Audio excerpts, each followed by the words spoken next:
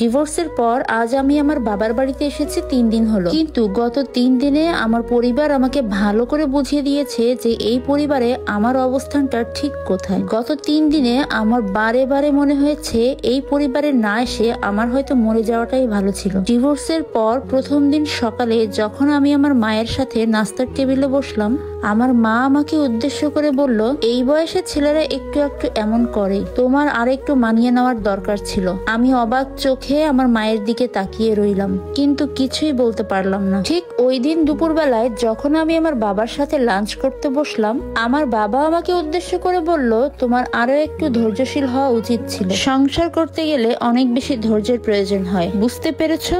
আমার পুরো শরীর ক্ষতবিক্ষত হয়ে গিয়েছিল আমার স্বামী সহ শ্বশুর বাড়ির অন্যান্য মানুষের অত্যাচারে, কিন্তু আমার শরীরের কোনো আঘাতই আমার বাবার বাড়ির মানুষের চোখে পড়লো না। তাদের চোখে মুখে সবসময় একটাই চিন্তা, এই বুঝি সংসারে একটা উটকো ঝামেলা এসে পড়লো। বিয়ের পর আমার স্বামীকে না জানিয়ে আমার সমস্ত গয়না বিক্রি করে সেই টাকাগুলো এনে দিয়েছিলাম আমার ভাইয়ের হাতে সরকারি চাকরির ঘুষের জন্য। অথচ সেই ভাই আজ আমাকে বলল আমার জন্য নাকি এলাকায় সে মুখ দেখাতে পারছে না।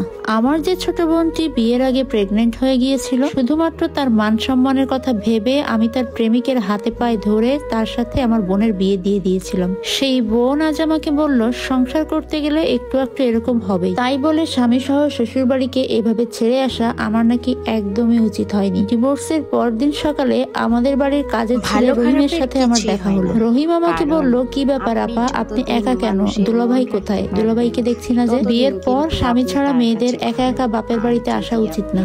আমি একটু হেসে দিয়ে বললাম, আহারে রহিম, শেষ পর্যন্ত তুইও কলেজ ভার্সিটিতে পড়ার সময় যে শিউলির মাকে আমি 1000 বার বাজার করে দিয়েছি শুধুমাত্র শিউলির বাবা প্রবাসে থাকে বলে, তখন শিউলির মা আমার মাথায় হাত বুলিয়ে বলতো আমার থেকে নাকি ভালো মেয়ে এই শহরে একটাও নেই। সেই শিউলির মা এখন আমাকে দেখলে দরজা বন্ধ করে দেয়। শিউলির মা